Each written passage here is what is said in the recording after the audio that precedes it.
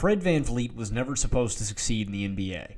Despite playing 4 seasons at Wichita State, orchestrating 4 NCAA tournament runs, and ending his career as the Shockers' all-time leader in assists, steals, and assist-to-turnover ratio, VanVleet surprisingly went undrafted in the 2016 NBA Draft.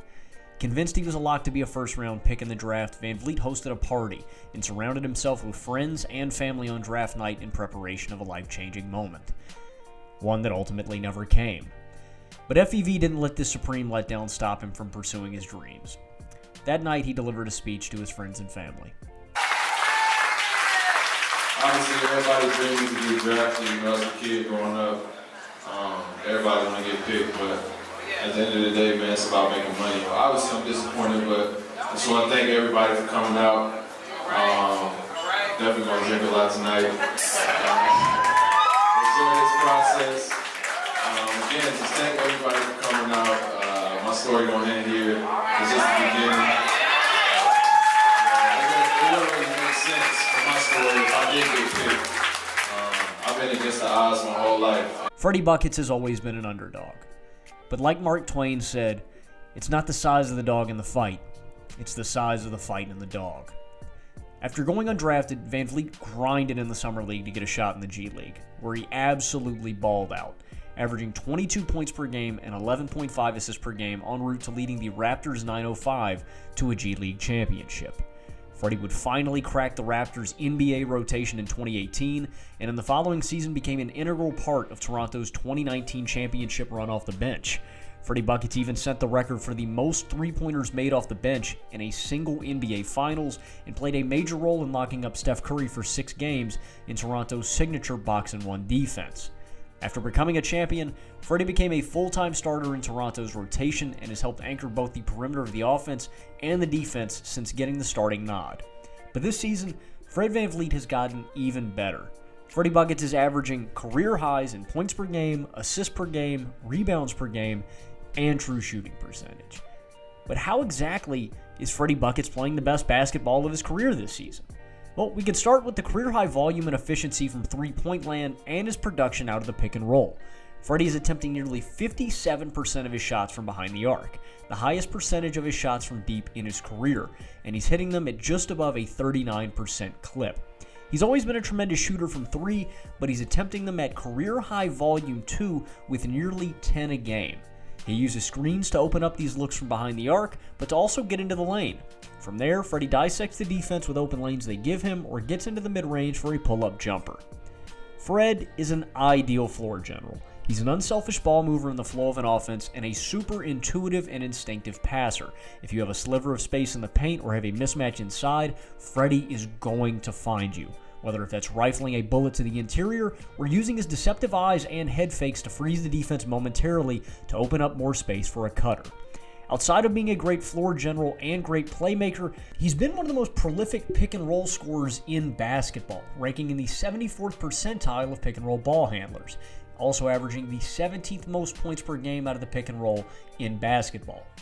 Ultimately, though, scoring production from the perimeter is just something Freddy has to rely on more than other ball-dominant guards, and he's been dominant this season. He's shooting 50% out of the mid-range, just under 42% on jump shots, 40% on pull-up jumpers, 60% on running pull-up jumpers, and a staggering 58% on step-back jump shots. Look, he's got a decent change of pace, but Freddy doesn't have that crazy explosive burst or first step that allows him to get to the rim with ease. And standing at 6'1" while not being exceptionally bouncy limits his effectiveness inside. Just 8.9% of Freddy's shots come from inside 3 feet. He converts them at a 66% clip, but just rarely attacks inside. Basically, he doesn't get fully downhill often, which limits his ability to collapse defenses, which makes his playmaking and perimeter proficiency at his marks of 21 points and 7 assists a night that much more impressive.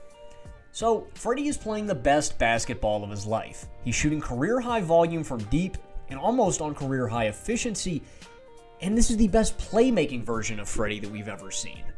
But why should Freddy be an all-star starter over the likes of James Harden and Zach LaVine? To put it simply, his job is just significantly harder. I'd like to reward Harden and LaVine with starting nods because of their team success comparative to Freddie. The Bulls and Nets are currently battling over the 2 and 3 seeds, while the Raptors are currently hovering around 500 and just clinging to a play-in spot. But Harden and LaVine have bona fide MVP candidates alongside them in Kevin Durant and DeMar DeRozan, with pretty prominent third offensive pieces in Kyrie Irving and Nikola Vucevic. I realize Kyrie has played under 10 games so far this whole season, but Freddy Buckets only has Spicy P and OG Anunoby to help carry that load offensively. No disrespect to Siakam and OG. Siakam has made slight strides as a playmaker and has been a really effective late-game bucket getter and isolation scorer this season, putting up 21 and 5 a night really efficiently. And while OG has been putting up nearly 19 a night, he's been doing it extremely inefficiently, posting a true shooting percentage nearly 5% below league average. Not to mention that OG and Siakam have missed a combined 28 games, while Freddy Buckets has missed a total of 4 games and currently leads the NBA in minutes per game. The bottom line is, the offensive talent surrounding Freddie V is dramatically worse than his all-star counterparts. The Raptors wouldn't even be smelling playoff contention if Freddie wasn't playing at this level. With Freddie on the floor, the Raptors play like a 52-win team. With Freddie off the floor, the Raptors play like a 13-win team. With Freddie on the floor, the Raptors have an offensive rating of 113.3, equivalent to Toronto being the 3rd best offense in the league. With Freddie off the floor, the Raptors have an offensive rating of 103.6, equivalent to Toronto being the 4th worst offense in the league. Look, I'm not arguing that Freddie is a flat-out better player than LaVine or Harden, but he's in a much more difficult situation, and I think this season he's had a much more pronounced impact on winning than either of them. And if we're really picking straws, VanVleet is in a completely different class as a defender than the two. Despite only standing at 6'1", little dog Fred VanVleet is a workhorse on that end of the floor. If you leave the rock loose, Freddie is taking your lunch money or batting the ball away for somebody to corral.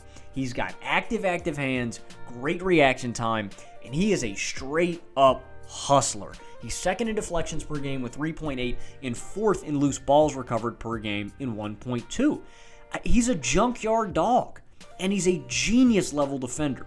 Freddie anticipates rotations exceptionally well and even provides help side defense at the rim when necessary, despite being undersized. So go ahead, count out little old 6'1" Fred VanVleet. Make him one of your all-star reserves. Leave him off your all-star ballot altogether. It's just going to make him work harder. He's always been counted out. He's always been the underdog.